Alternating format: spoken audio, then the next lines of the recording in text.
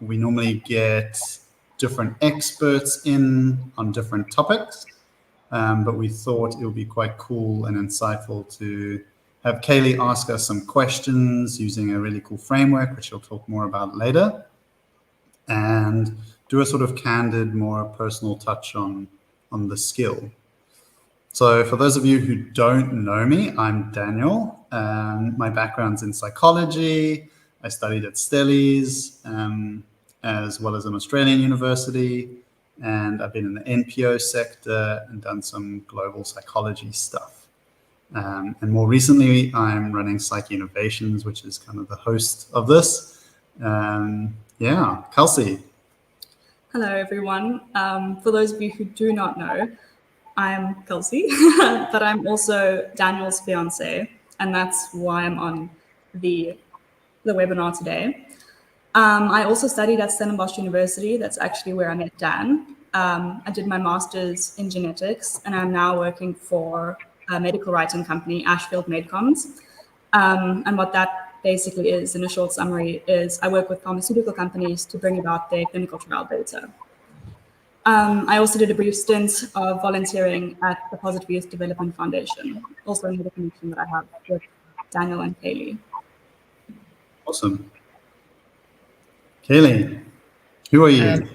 Just a bit about me as well. I'm sure that you guys who joined my other webinar would know all of this, but I also studied at Stellies. I did an undergrad and a postgrad honors there in medical physiology. And then I did my psychology honors in UNISA and have obviously also been involved in the Positive Youth Development Foundation. And now I'm head of product at Psyche Mental Health. So yeah, lots of interconnected, relations with both Daniel and Kelsey. And that's why I thought it would be good to kind of like get some questions going to make this whole conversation more relatable. So yeah, that's a bit about me. Awesome. And please let us know as you join in, send us a comment. Some of us have submitted your questions already, which is really cool. So I'll just talk briefly about what Psyche Innovations is. We're a digital mental health company that's all about teaching holistic skills that are relevant to a broad range of people. And that's kind of why we're doing relationships today. Not that we're resident experts or anything, but the app is all about looking at your mental health, learning skills, going on a journey of self-discovery and self-improvement, and using some really cool tools to do that. So if you want to hear more about it, please follow us on our socials, even LinkedIn that doesn't like our live event at the moment. Okay, K-Lee, what are healthy relationships? What are we discussing today? I think also what Daniel didn't mention, possibly will mention at the end, is just that we are giving like a free access code to the app for 2 months for people who joined the webinar. So probably was going to get to that at the end and I'm jumping the gun, but just to put that out there. So yeah, as briefly mentioned earlier, we're going to be chatting about healthy relationships today. And I think just the purpose of these webinars is to try and like foster community with people and just have conversations about mental health and well-being related topics in a not like strict way, and just allowing us to kind of feel relatable and ask questions and all of that. So when thinking about what questions I could ask Daniel and Kelsey, I kind of started looking for a theoretical approach that I could use as a kind of guide. And I came across this researcher whose name is John Gottman. Him and his wife are really well known for their research on healthy romantic relationships and what makes relationships stick and marriages last and all of that. And the framework that we're going to be using is called the Strong Relationship House Theory. So basically, this is just kind of taking you through the steps of what is important in a healthy relationship and building on the levels to kind of help you, be in a very healthy relationship.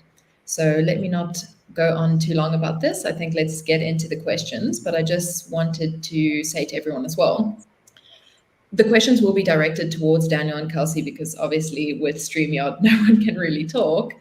But we want you guys to like answer the questions as well. And also, if you have any questions on any of the levels of the house or whatever, then we please do want interaction with you guys as well.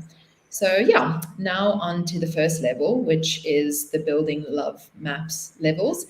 And that can sometimes sound a bit confusing, I imagine. But basically what this level is about is just kind of getting to know the roadmap of your partner's world.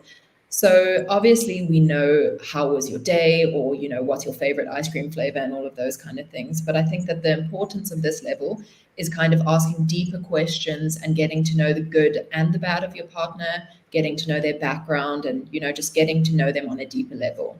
So now on to our first question, which will hopefully pop up soon.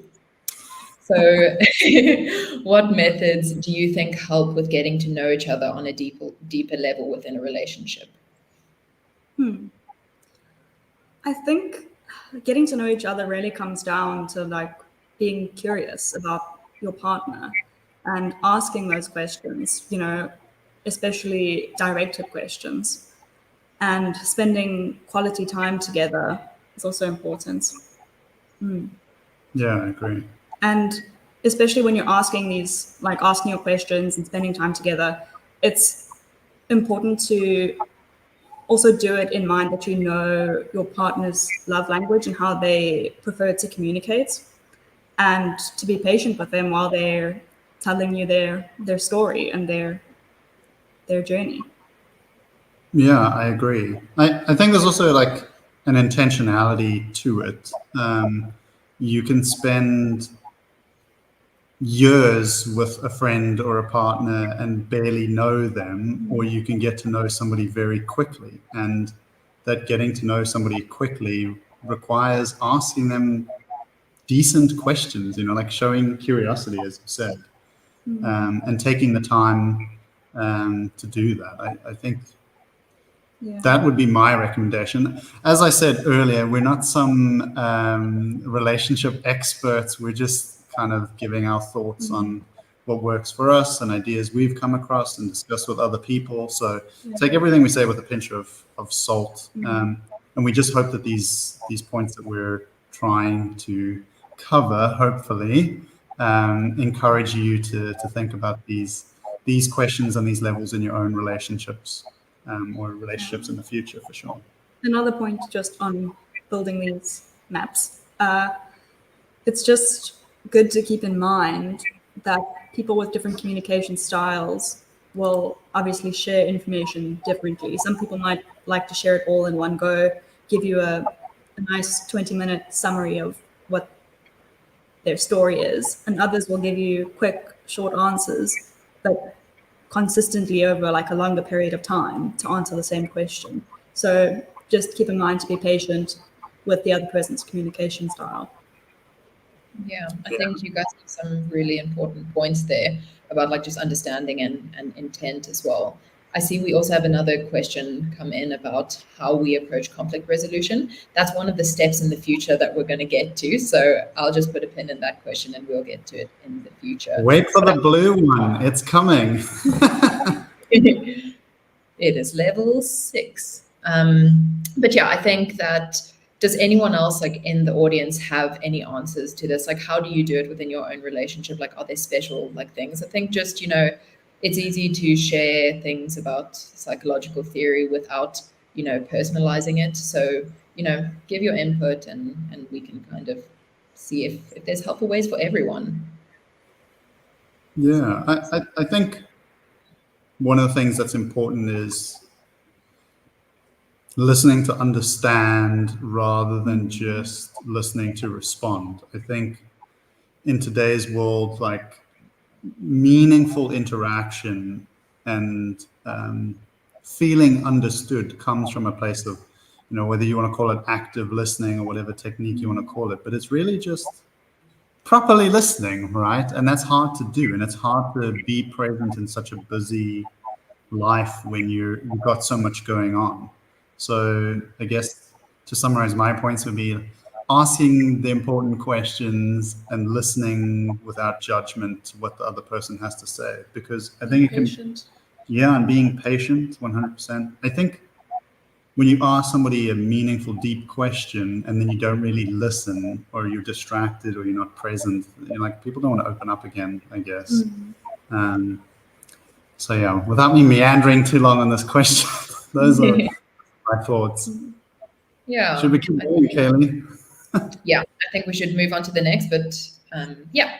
Okay, so the next level is sharing fondness and admiration. So basically obviously everyone is living their daily lives and trying to get by with the work schedule. And, on a Thursday, you feel kind of exhausted. Hint, hint on this thought Thursday. But, you kind of like trying to get through the week, and life just kind of catches up on you in certain ways. And it's difficult to be like, oh, I've had a long day of work, and then still, share appreciation and gratitude with your partner as well. So this next level is just obviously very important in trying to make sure that you are, showing admiration and appreciation to your partner, and just making sure that you take the time to verbalize it, because you could always think it in your mind and then just not like share it with them. So you having all these feelings of admiration and not sharing. So I just wanted to know, for you guys, what methods do you think help with expressing gratitude effectively within a relationship? Yeah, I think one can express gratitude in different ways, and people feel appreciated differently, right? I guess it ties to the love languages on some level. There's words of affirmation, so like thank yous and well dones, and I appreciate you. And I appreciate you, and actually saying that.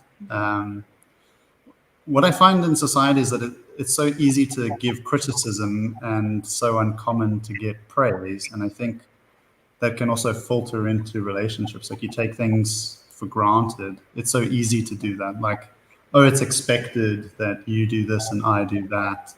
And while some things I think maybe are expected in any relationship, it's still nice to hear thank you, or whatever your love language is, like a hug of thank you, or a bouquet of flowers, that's gift giving. Or gift giving. There's quality time as well is a good way to show somebody that they're important to you, is making space and time for them in your life. There's also, did you say gifts? I said gifts. Physical touch as well, a hug, a handshake, a kiss. It just depends how people share, as Daniel said, admiration, and how people receive. Like, some people don't like physical touch. Other people really like words of affirmation. To Daniel, maybe words of affirmation aren't as important as another. And it's also just being, again, aware that how you prefer to receive admiration and how you prefer to give it might not be the same for somebody else. Yeah. So just to be aware and to look out for other ways that people could be showing you admiration that you might be overlooking. Yeah, I think that one's so key, because I think it's easy to fall into the trap of, well, this is what I like. And you then project that. You think like, well, I like words of affirmation, so I will give words of affirmation. So asking, again, being intentional, like, how do you like feeling appreciated, I think was a big one for us. And not that we do this perfectly at all. And it sometimes takes reminding to be like, hey, can you show a little appreciation in the way I like to be appreciated? I think that was a big kind of learning curve for us. I think it's also not always these grand gestures of bringing roses, or, I don't know any other gestures right now. Chocolate. It's also like small things, bringing a cup of tea, or, telling somebody you're thankful for their help. It's small things that you do every day that really add up and show that admiration. And it's just, if you look for it, it's there. Yeah. I think that like you guys are saying, on the one side, showing like admiration and affection in a way that the other wants it, or wants to receive it. As you say, like, if you say to Kelsey, oh, you're beautiful today, that might be really good for her, but for you it might be better to have a hug or whatever. And I think just being aware of your partner, and then also, like, on the flip side of giving gratitude and all of that, is kind of noticing when your partner's doing those little things for you. Like you said, like a cup of tea or something, you could very easily be like, oh, okay, well, it's nothing, but it's, actually like a very important step. So I think on that note, let us go over to level 3 of our house. So this level is the turning towards level. So basically, it's how well you and your partner respond to emotional bids within the relationship. So emotional bids are basically like you putting yourself out there for affection or attention. So a good example that that John Gottman uses is if you are sitting on your phone and your partner says, "Oh wow, look at that beautiful bluebird outside," and you kind of like half-heartedly look up and you're like, "Oh," then your partner feels like they're not reciprocated, and they put themselves out there to kind of open up the opportunity for a conversation or just to feel acknowledged. And if you don't give them anything back, it's sometimes like, okay, that's a bit interesting. So if you just take that little moment to be like, oh, wow, that is, a very beautiful bird, then you're kind of creating that safe space for expression. So the question is, what methods do you think help you with turning to each other in a relationship? Or what do you think are ways to make it good? Or how do you even feel about turning towards each other in a relationship? I think something that I know I need to be aware of is sort of like the timing of when you sort of put in your emotional bid, just to make sure that the person is like in a space, in a time that they can take time to properly respond and be there with you. For example, if Daniel's in a meeting and I go and put in an emotional bid, like obviously it's not going to be reciprocated well or received well because he's busy with something else. Or if he's in a space where he's not able to be there for me, where I'm saying like you sort of need to be aware of the time. And with that, I think when you're receiving an emotional bid from your partner, it's also sort of necessary to almost triage it. Like, do I need to stop what I'm doing right now and pay attention to this bid? Is it urgent? Do I have time and capacity to take in this bid right now? Is it something that I can solve in 5 minutes with a hug? Is it something that needs to be an hour-long discussion? When does it fit into my day? These are all things that we also need to consider when thinking about these bids.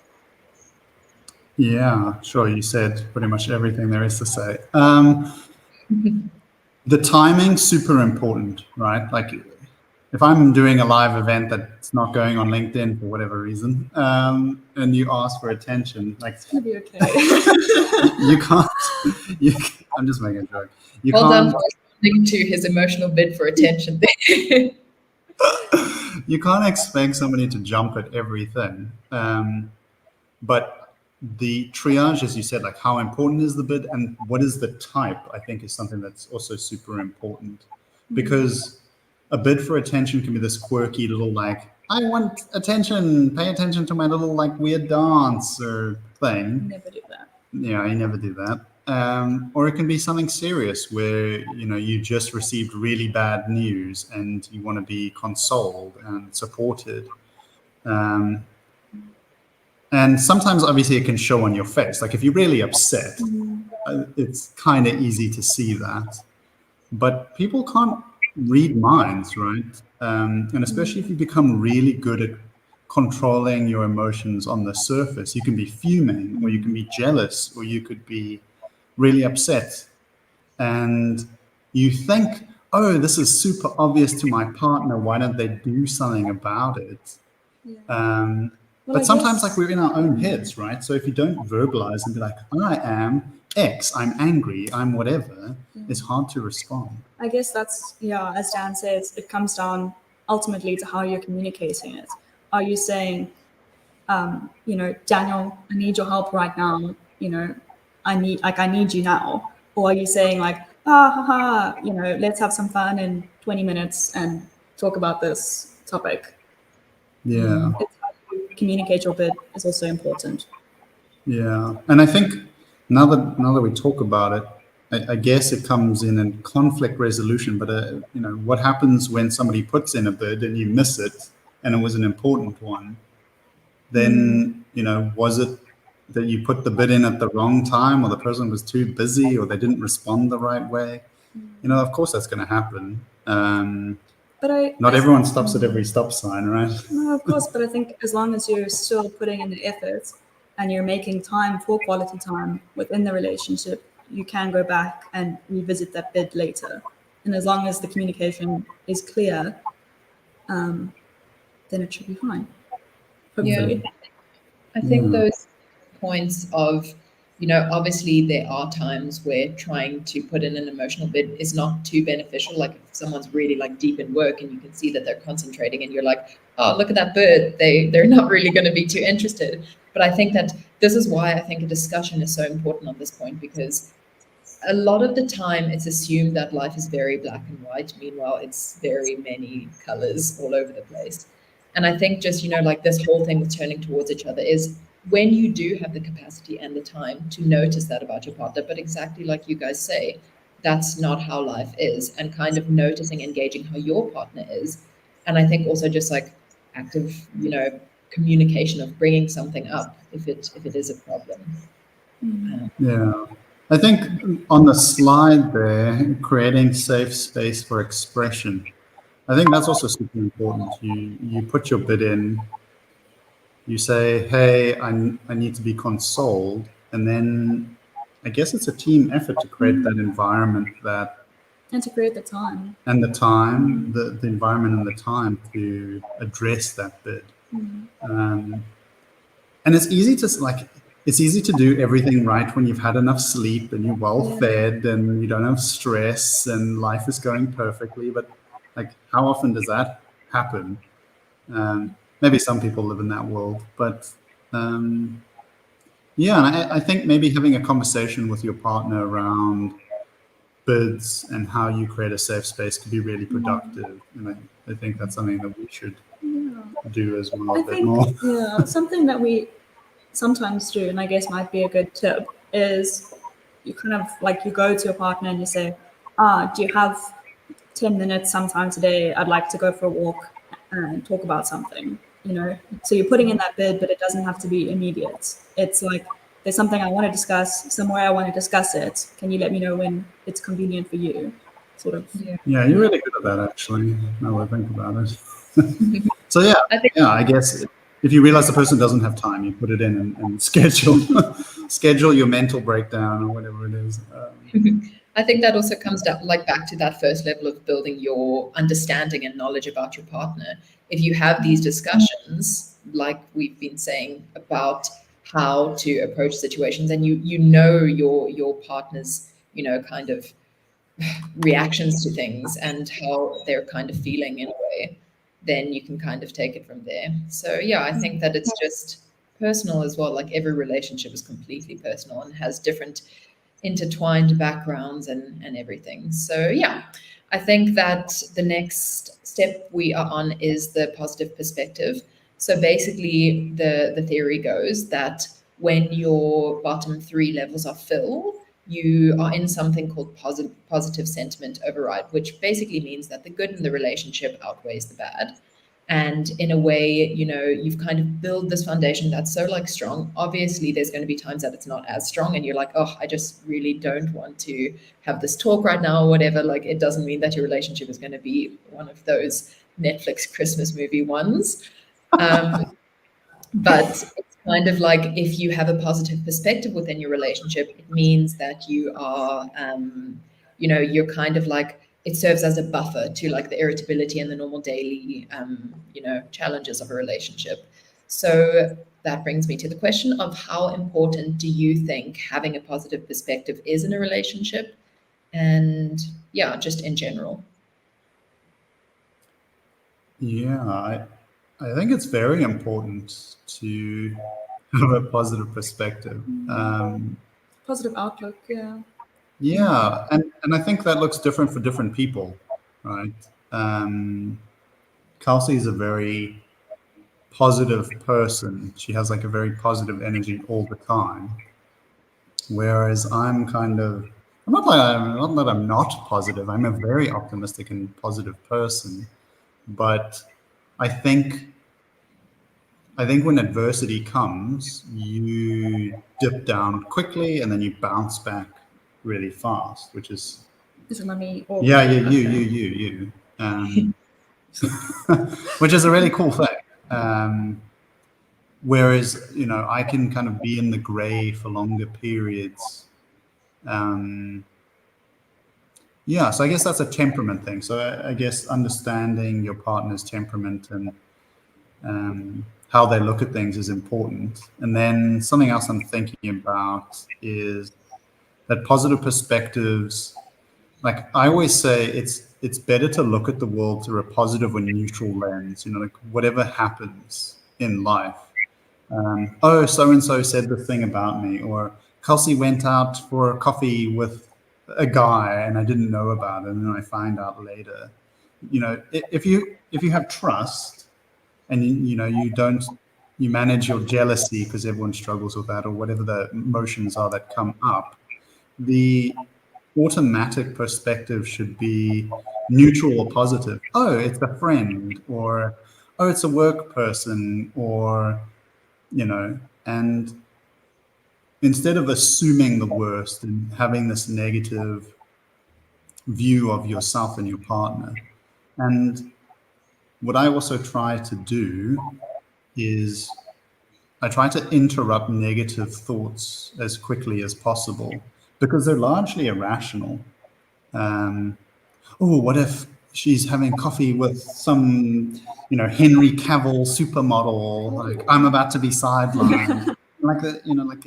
That's it's irrational. And I think rather have a negative,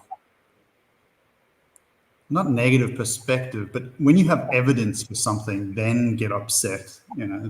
So I hope I'm not meandering on my comment too quick. I think sort of what you give out can sort of like tornado and sort of make a spiraling effect. Yeah. So if everyone goes through difficult times and they have a negative outlook on life, certainly maybe once a week, twice a week, I don't know, I can't give time frames for different people, but once it starts happening and you start looking for the negative, then it's a negative feedback loop, right? Everything kind of gets negative and it's difficult to get out of that.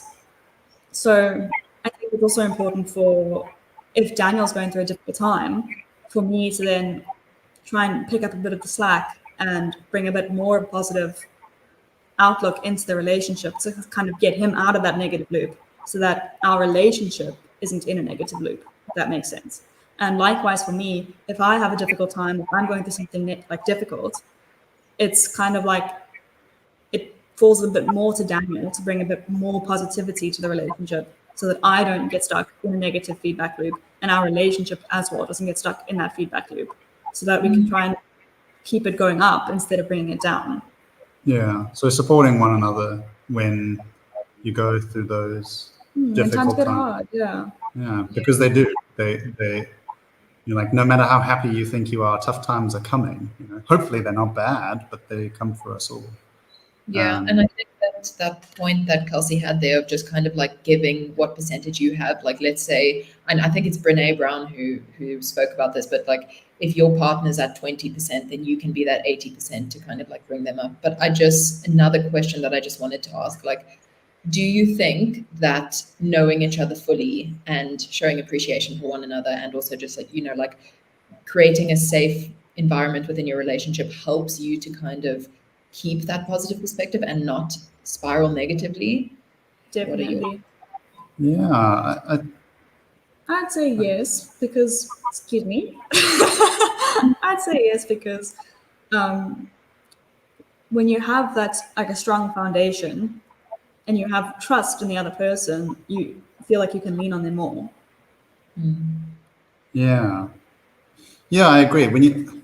Look, we all have our idiosyncrasies and sensitivities and soft spots.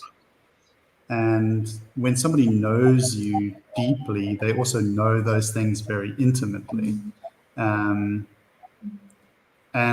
to support somebody when they're low or when they're having a negative kind of outlook on life, especially around something they're sensitive about, who else can do that but your partner?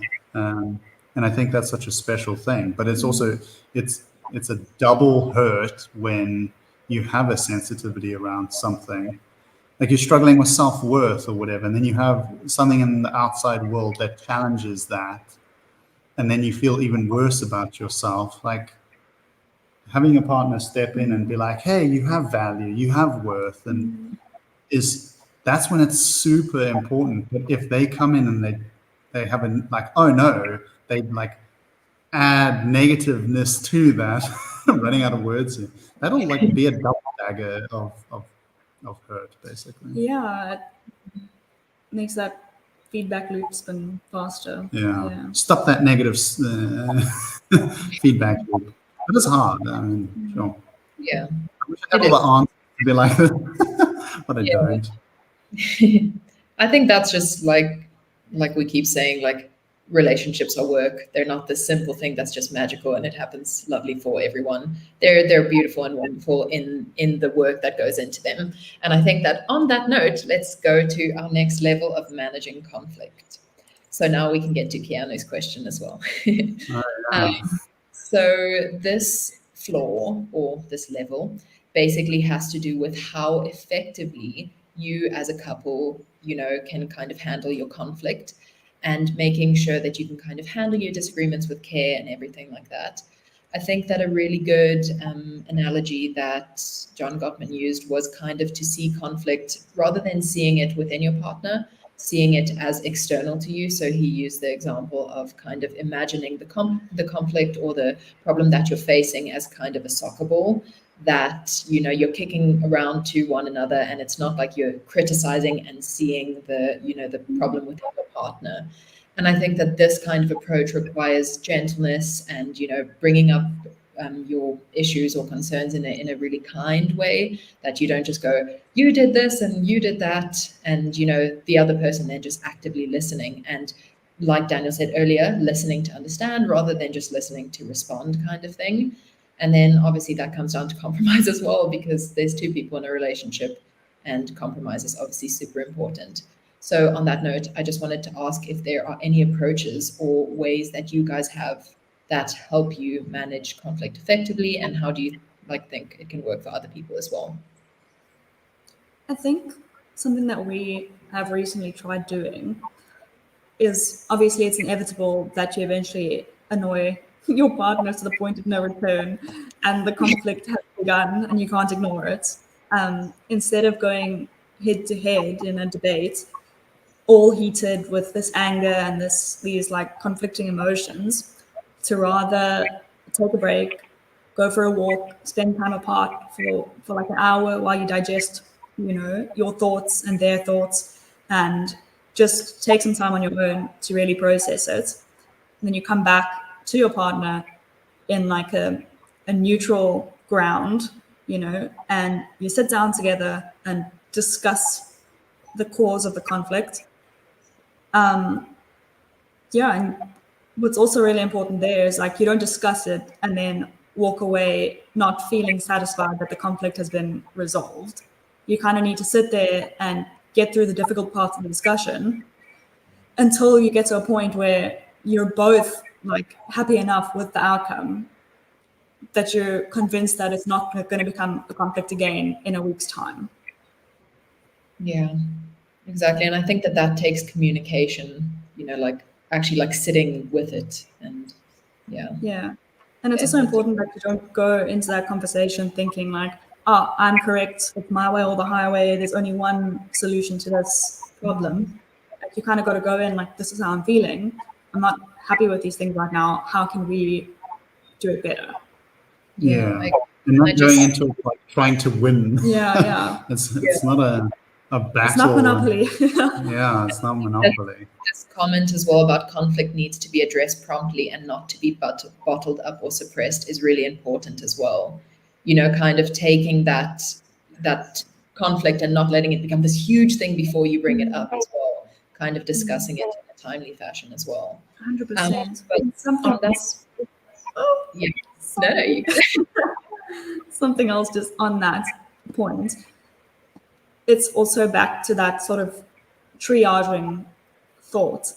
It's to think about what is the cause of the conflict. Is it something small and like household related? Is it going to affect your life in 5 years' time? Is it going to be something that's foundational to the relationship that is causing the conflict? And then you can also assess like, how is your response to this thing? Because if it's something small, like, I don't know, I don't want to give an example, If it's something like not putting your mug in the dishwasher versus, something that's foundational to a relationship, you got to assess how's your response to the conflict. Like, are you overreaching in the conflict, if that makes sense? Yeah, sure. That makes sense. Yeah. I guess one shouldn't trivialize what's upsetting the other person. So, like, don't diminish the thing that's upset the other person. That's important.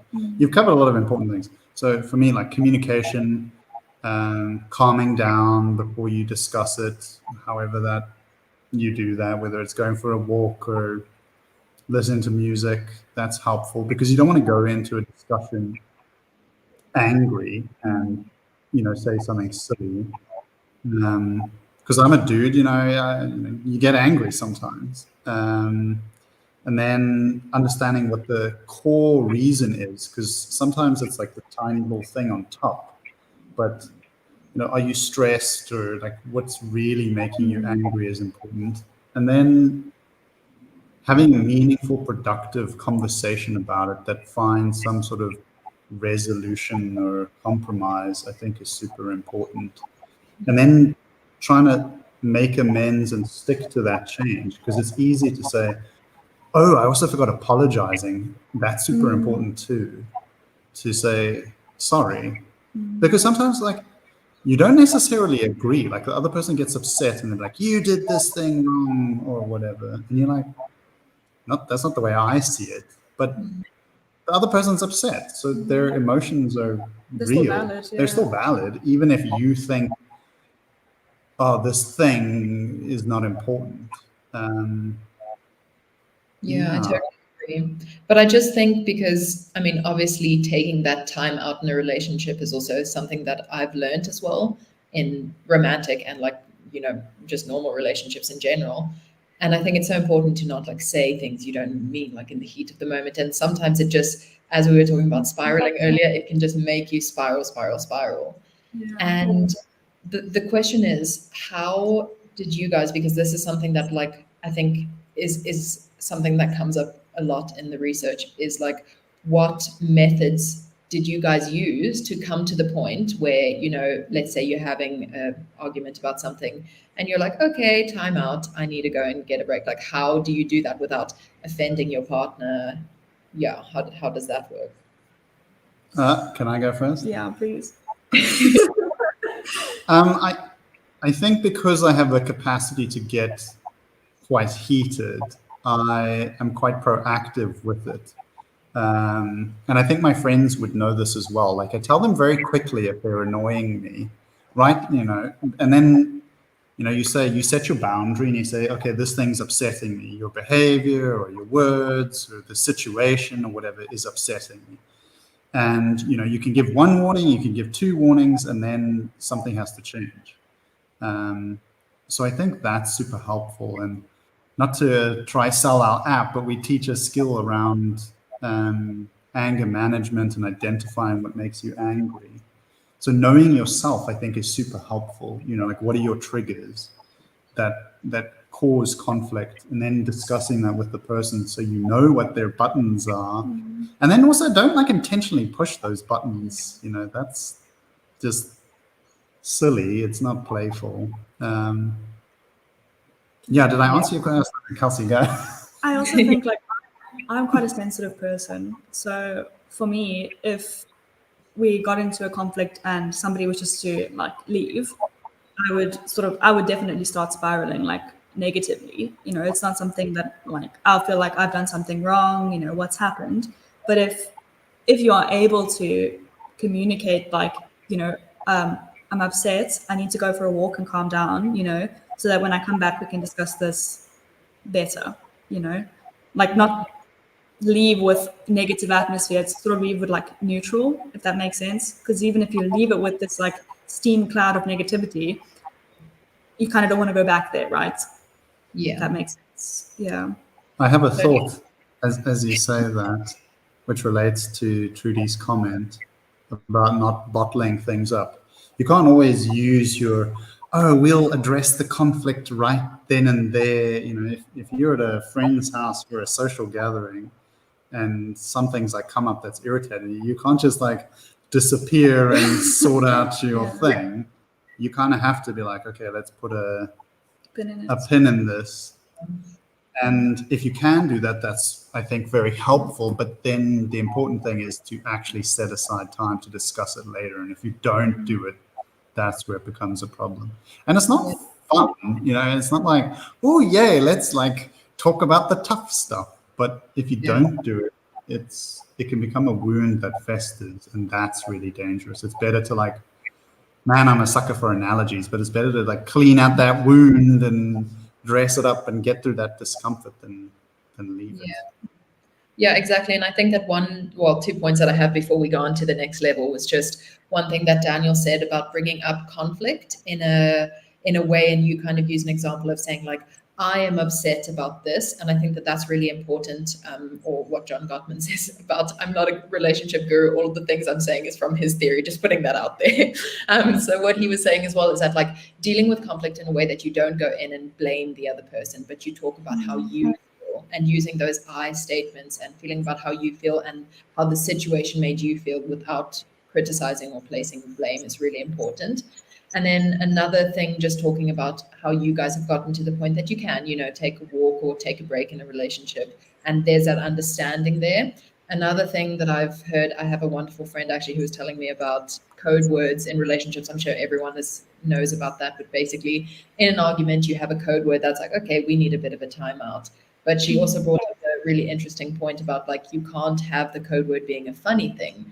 Because if you're doing something funny and you're having this very like deep argument and your partner laughs, it's not probably going to go well. So I think that word that is like something that is not blatantly obvious and also allows you to kind of, you know, take that time out that you need.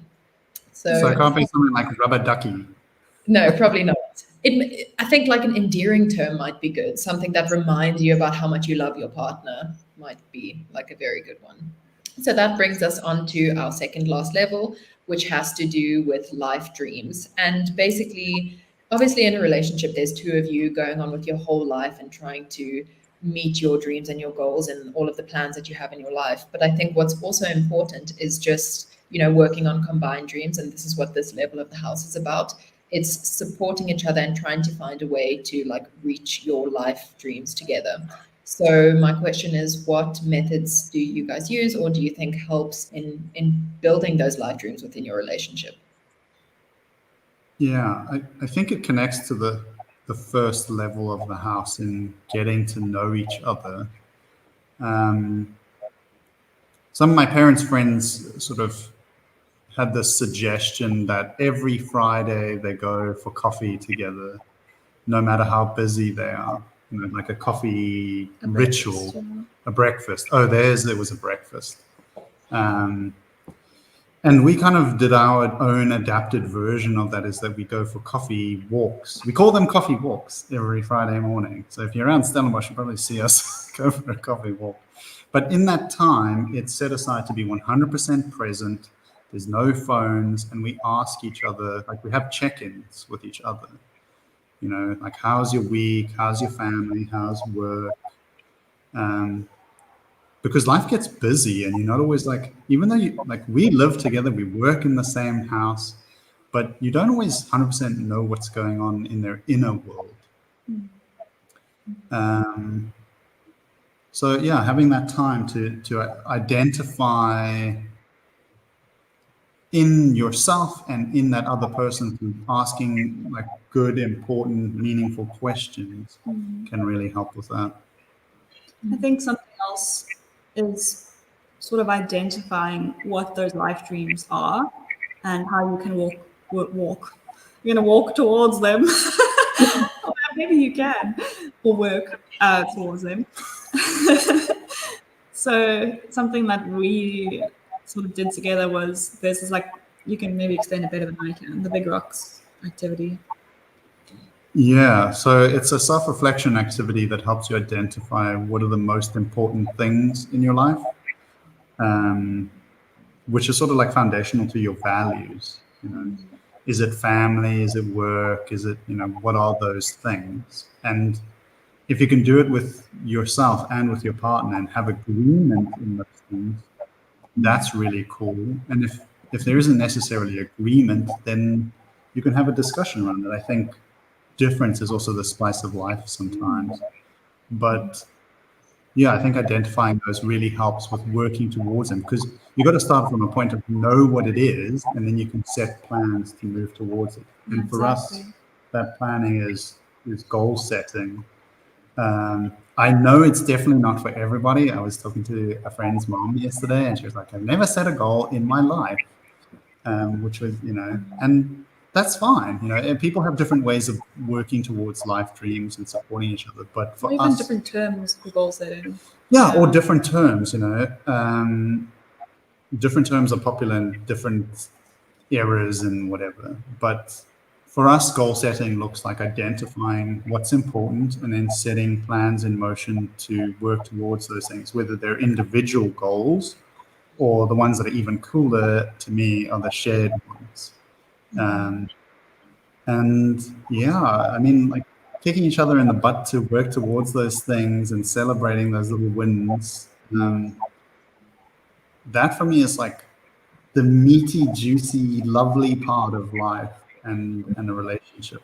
Yeah, and I think that on that point of just you talking about sharing meaning with your partner, let's go on to the last level for time.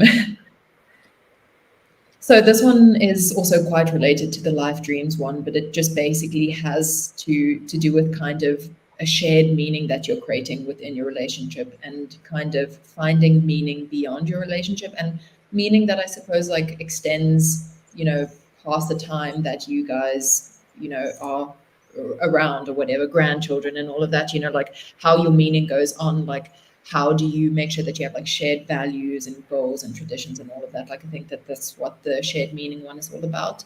So I just wanted to know if there's any methods that you guys think can help build shared meaning within your relationship. I think your, coffee walk rituals and obviously setting goals and making sure to have these discussions all work towards it. But I don't know if there's just any other points you have for this level of the house. I think Dan answered this. It kind of really goes hand in hand with life dreams. So I think, as you mentioned, we have this Friday morning tradition of doing a coffee walk, and we discuss all the lovely things that we discuss. But what we've actually more recently implemented as well is like we found that the Friday morning, like that hour, actually it's not enough time to get through all the stuff that we have to discuss. So we kind of have now done a Sunday morning for us. We spend as like family.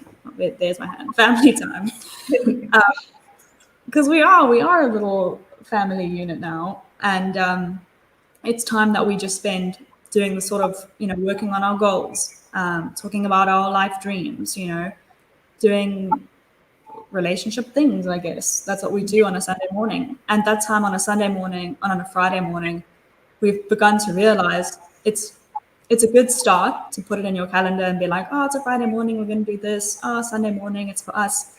But when push comes to shove and like your friends message you and they want to do something on a Sunday morning, or somebody wants to do an early meeting on a Friday morning, like it's very easy to just give up that time that you put in with your partner and do the work-related things or the social things with your friends. And what we've come to realize now is it's kind of a non-negotiable partner time. And by making sure that that time is only for you and your partner, you're kind of saying like, you're important to me. You're so important that this time is only reserved for you.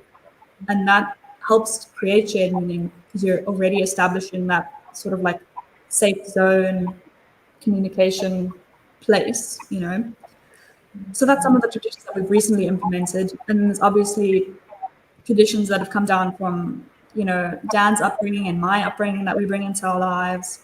And we have the shared goals with each other that we work on. We're really good at that, which is lucky, I suppose. But we've also put the time and effort into constantly, starting and picking up and following up with those things.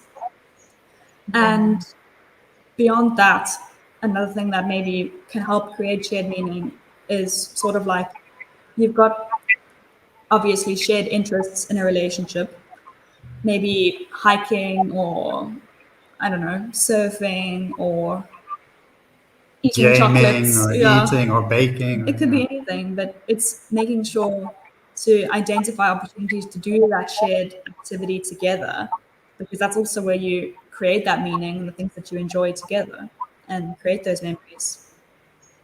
Yeah, I think that it's super like interesting. I'm sure that everyone listening as well, like you can kind of see like how these different levels of the house, like as Kelsey was speaking about how they find shared meaning, it's kind of like it's drawing from all of these things like intentional quality time together, like responding to emotional bids and positive perspectives and all of those. So it really is fascinating.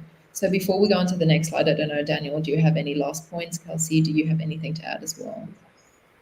Yeah, I think it's about building those traditions, and Kelsey touched on it, because those traditions of quality time are different for different people. You know, maybe it's going to church, maybe it's being in nature, you know, whatever it is. And I think those things are so special and unique, and that's like one of the cool parts of relationships. And so Kelsey made a comment about, you know, you come from a specific upbringing, and I think like who you are is like a patchwork quilt, and you and your partner come in with different quilts, you know, these little squares, and some of them are like really pretty, pristine pieces, and some of them, you know, are burnt out, and some of them have holes, and some of them are healthy, and some of them are like not. And then, you know, the ideal situation is to take the best parts of your quilt and the best parts of their quilt and then create one together. And also create your own new pieces, your own new little traditions and special moments. I think that's really cool. I also, sorry, before we move on, Keanu had a really cool comment here. How do you keep each other accountable when it comes to life goals without being too assertive? That's a great question. I think it's about being compassionate and gentle, because like you're gonna fail at stuff, right? You're not always gonna win. We're training for a marathon. I feel like I bring this up in every webinar at this point. We're never going to run this thing. I've told everyone that we're training for it. And like you bet like it's a shared goal, and some mornings I'm like, I don't want to run. But sometimes I'm the one that motivates Kelsey, and sometimes the other way around. And sometimes we're both like, yeah, let's do it. And that's really cool. And sometimes we're both, nah, let's just watch some fun stuff on TV. So how do we keep each other accountable? Any thoughts? Yes, I'm ready. I'm ready to spiel on this one. So we have a goal setting like app that we have some of our goals on. And so like when you took them off, like you're accountable for it, right? Because if you don't take it off, it's sitting there looking at you like, it's me, your sad unfinished goal that you've never looked at again. So that's one way that we kind of do that. Another thing, in like we set a lot of like physical, you know, health related goals, like running a marathon or like training this thing in the gym. And for those kind of things, like we find it easier to achieve the goals if we're like a little bit competitive with each other.